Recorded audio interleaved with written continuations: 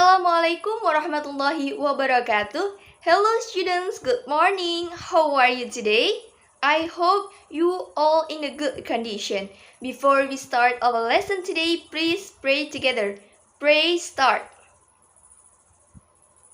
Finish. Okay students, in the previous meeting, we have learned about poem. And in this meeting, we are going to the next chapter.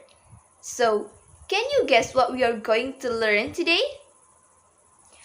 Don't worry because I have some pictures for you and you have to guess what the pictures about. Okay? Ready? Okay. The first picture. What is the first picture? Yes, the first picture is about the legend of Toba Lake. And then go to the second picture.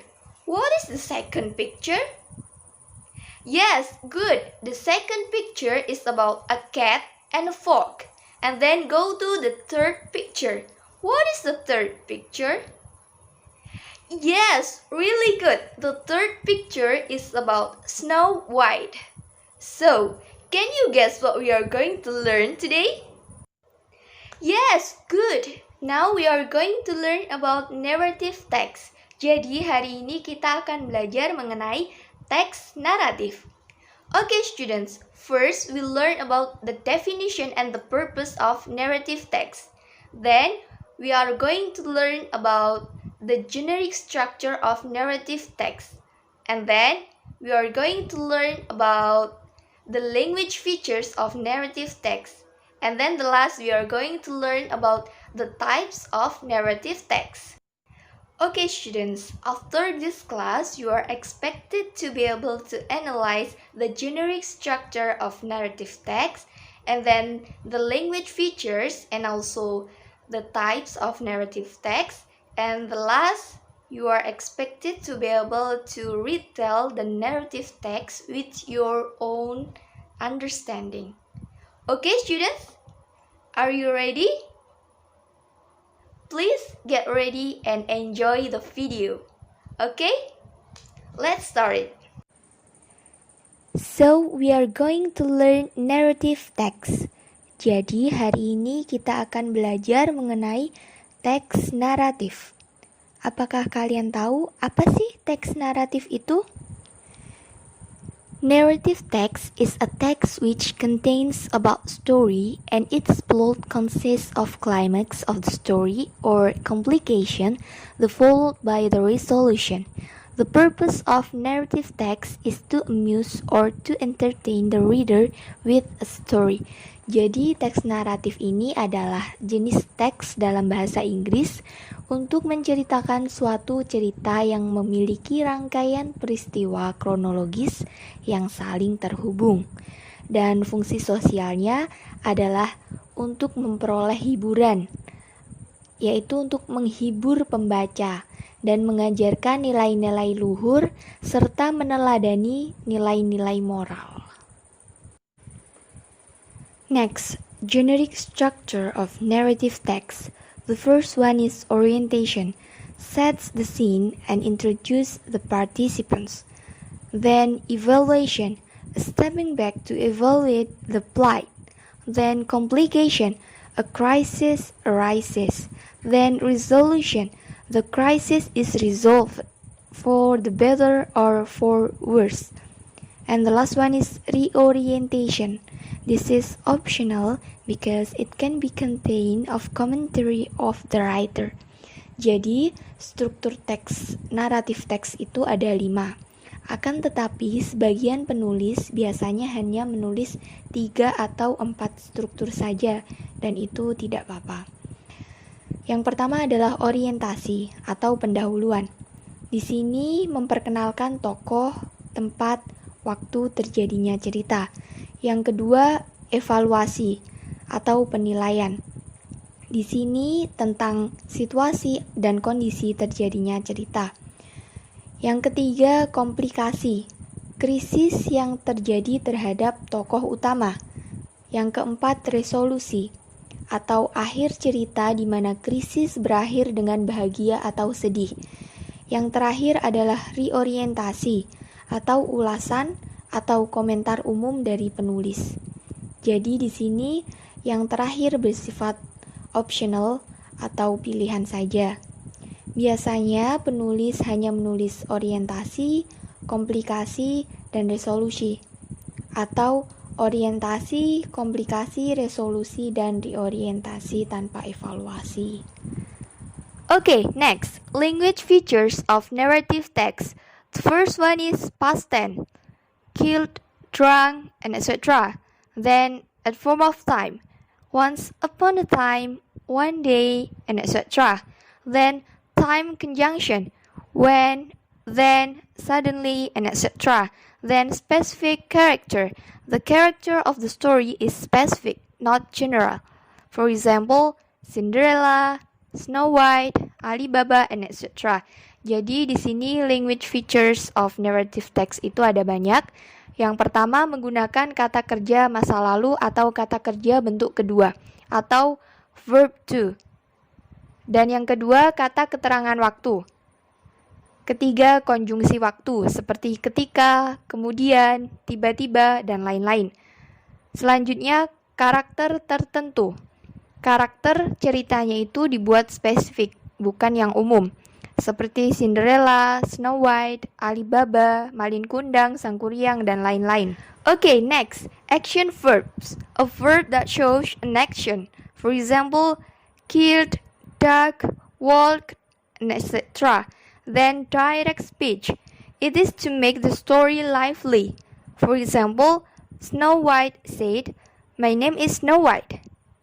Then the direct speech uses present tense. And then the last, noun. For example, prince, princess, king, and etc. Jadi selanjutnya menggunakan kata kerja aksi, kata kerja yang menunjukkan tindakan. Selanjutnya menggunakan dialog. Hal ini membuat cerita untuk lebih hidup. Seperti Snow White berkata, "Namaku Snow White." Selanjutnya, dialog langsung menggunakan present tense atau kata kerja bentuk pertama. Dan yang terakhir, menggunakan kata benda seperti pangeran, putri, raja, ratu, dan lain-lain. Okay, next, types of narrative text. The first one is fiction. A fiction narrative presents an imaginary narrator's account of a story that happened in an imaginary world. It includes, first, fables, stories that teach a lesson, often using animal characters, then folk tales. Old stories that reveal cultural custom, then fantasy, fiction stories about unrealistic characters and events that would never happen, then science fiction, fiction stories based on scientific fact, then horror, fiction stories that are scary or horrific, then legend, stories based on fact but with exaggeration about the hero, then myth and science stories meant to explain nature of life, then plays. Stories in the form of dialogue meant to be performed on the stage or in a movie. Jadi, tipe naratif teks yang pertama adalah fiksi. Tipe fiksi menyajikan catatan tentang sebuah cerita yang terjadi di dunia imajinasi, seperti yang pertama fabel, cerita yang mengajarkan pelajaran menggunakan karakter hewan. Selanjutnya folk tales, cerita lama yang mengungkapkan adat budaya. Selanjutnya fantasi, cerita fiksi tentang karakter dan peristiwa yang tidak realistis dan yang tidak akan pernah terjadi. Selanjutnya fiksi ilmiah, cerita fiksi berdasarkan fakta ilmiah. Selanjutnya horor, cerita fiksi yang menakutkan atau mengerikan. Selanjutnya legenda, cerita berdasarkan fakta atau cerita rakyat. Selanjutnya mitos, cerita kuno dimaksudkan untuk menjelaskan sifat kehidupan. Selanjutnya adalah drama, cerita dalam bentuk dialog untuk dilakukan di panggung atau di film. Okay, next, non-fiction. A non-fiction narrative, also factual narrative, presents a real-life person's account of a real-life story. It includes biography, detailed account of someone's life, then epics, length stories of heroic exploits, then historical fiction, fiction stories set in the past, containing some true facts, then realistic fiction, stories whose characters and events could occur in real life. Jadi, bentuk atau tipe naratif teks yang kedua adalah non-fiksi. Tipe non-fiksi atau narasi faktual menyajikan kisah kehidupan nyata seseorang. Seperti yang pertama, biografi. Catatan terperinci tentang kehidupan seseorang. Selanjutnya, epik. Cerita panjang eksploitasi heroik. Selanjutnya, fiksi sejarah. Cerita fiksi berlatar masa lalu, berisi beberapa fakta nyata. Yang terakhir adalah fiksi realistis, cerita yang karakter dan peristiwanya bisa terjadi dalam kehidupan nyata. Okay students, after learning the material, let's try to analyze the generic structure, the language features, and also the types of the story Malin Kundang. Okay, ready? Okay students, I'll read it for you, then you have to pay attention, and the narrative text is Malin Kundang. So after this, we are going to analyze it together, okay? Once upon a time, lived a diligent boy named Malin Kundang. He lived in the seashore with his mother. They were very poor, but they lived quiet and harmonious. One day, a big ship close to the beach near their village. They asked people to join work in their ship and went to the cross island. Malin Kundang wanted to join with them because he wanted to improve his family's life, but his mother didn't permit him. She worried to Malin. Malin still kept his argument, and finally he sailed with the big ship. Several years later, Malin Kundang succeeded and he became rich trader. Then he came to his native village with his beautiful wife, but his wife didn't know Malin's real descent.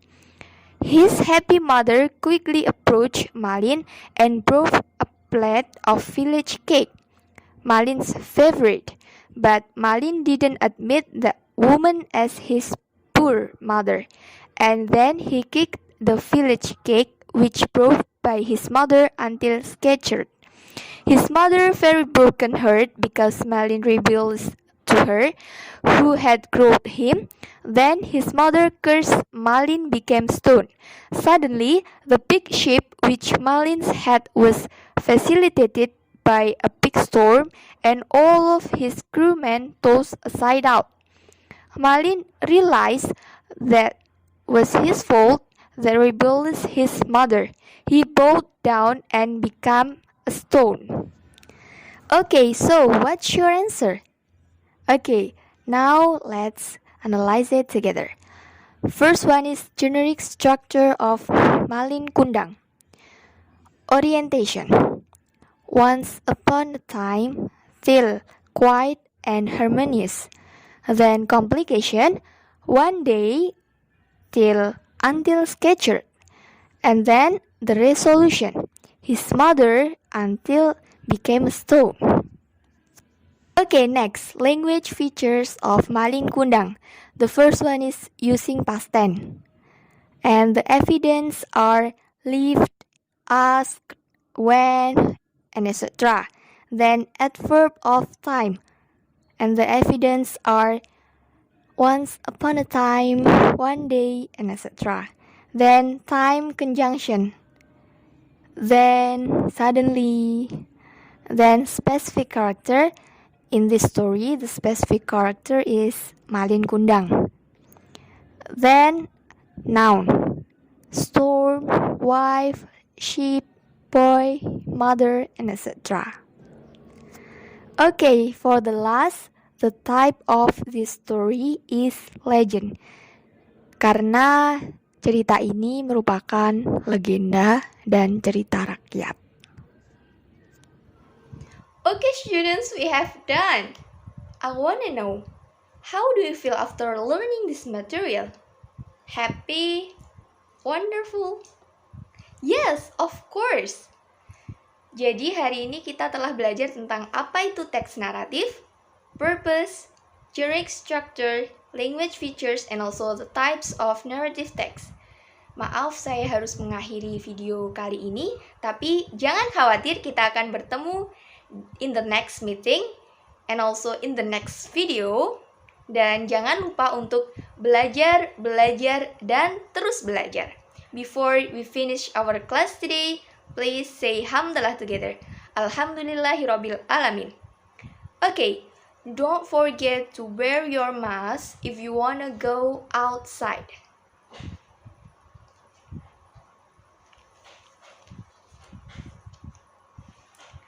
Please stay healthy and stay at home.